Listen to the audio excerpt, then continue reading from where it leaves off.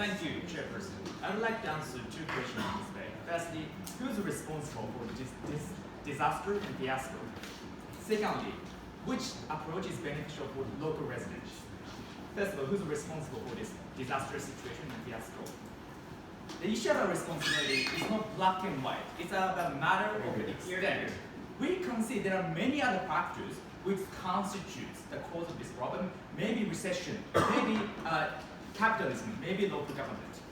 But the burden of proof on their side of the house is they have to show why companies are never responsible for the outcome of extraction and employment. They bear some form of responsibility, therefore proportionally make a compensation for the outcome of their deed. And that's what we would like to emphasize in this debate. Therefore, their explanation about other factors is completely irrelevant to this debate and off the track. We concede other factors should also fulfill their own responsibility, but corporations are one of those responsibilities, and that's why we encourage them to fulfill financial responsibility. It's the extension of current pre-existing additional taxation for pollution and exit tax and monopoly law and so on. So let's move on to their logic first of all. Their first analysis is local government is also responsible for this outcome. Therefore, it's unfair to shift the burden of responsibility upon private sector.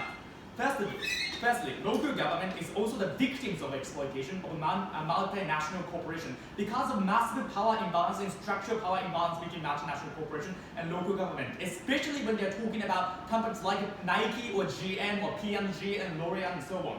It's very easy for multinational corporations to convince or coerce local government to provide advantageous conditions such as tax exemption or buying out laws or circumvent environmental regulation and so on. It was very hard for local government to negotiate in a fair ground in the first place, and multinational corporations took advantage of it. So their rhetoric that companies did a lot of good things is just an excuse.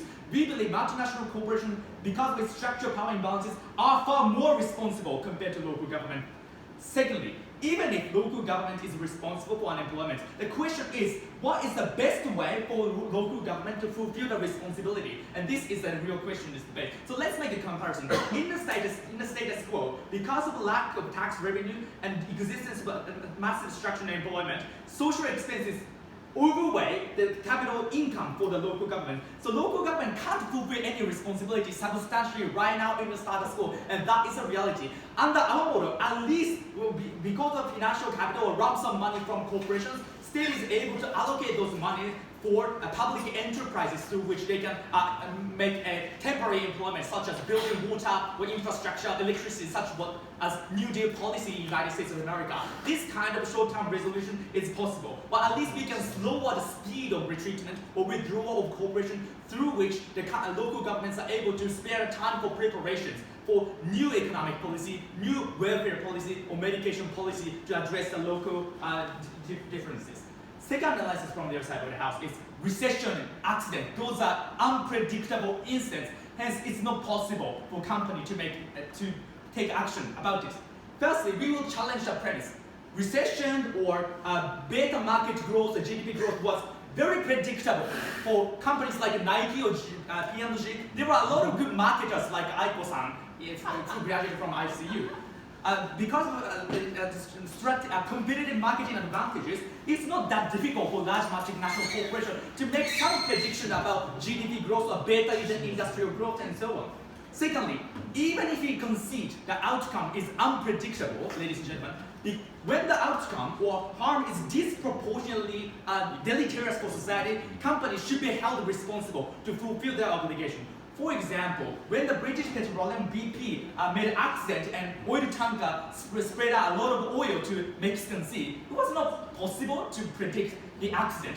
But BP was held responsible to make a financial compensation for that. Minamatobyo or Yokkaichi Sensoku, all those industrial diseases, it was not possible at that time for corporation to predict that kind of disease would spread out because of the lack of information or lack of technological advantage. But for example, methane gas would destroy ozone sphere. It was not possible for many corporations to predict that kind of result. But because the social impact is disproportionately deleterious, it is not fair to impose the responsibility only upon the shoulder of local government, a local entity. It is also the responsibility of large multinational corporations that are in a position and a capability to fulfill certain kind of responsibility to address that issues. And we believe that that's the kind of responsibility. Finally, about the comparison, whose interest should be prioritized?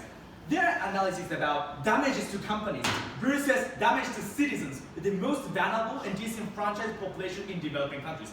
This is a policy debate. We are debating from the perspective of government, whose interest should be prioritized, because democratically elected government is responsible and accountable for the voters and the citizens. We don't care even if the large multinational corporation will lose some form of the benefit. Ladies and gentlemen, the kinds of corporations that are talking about Nike or GM, P&G, not much economical damage for those companies. They still operate many factories or offices globally or around the world. Versus citizens who have no literacy, no other job skill. It is not possible for these people to even make a daily living. Which impact is more significant qualitatively speaking or from the perspective of government in developing countries? The answer is the axiomatic. Finally, about the issue of structural employment. What was their counter proposal, such as Detroit? That was the most worst example in the world. Detroit has been failing to recover from its economic recession. So we would say, firstly, countermeasure they have proposed is not mutually exclusive, and whatever countermeasure they propose is more likely to be effective under our model, because the state is financially able to back up any countermeasure such as welfare provisions or medication or job training program. Moreover, their harm is, firstly, there will be no competitive advantages for local industry when the company live out. No, we will impose the same condition all across the world. The situation will be fair and equal for all villages in a global scale. So there's not much disadvantages or advantage differences among local areas or developing countries. Or moreover, even if their best case scenario is that it's not possible for local village to produce good car or good products, we are fine with that.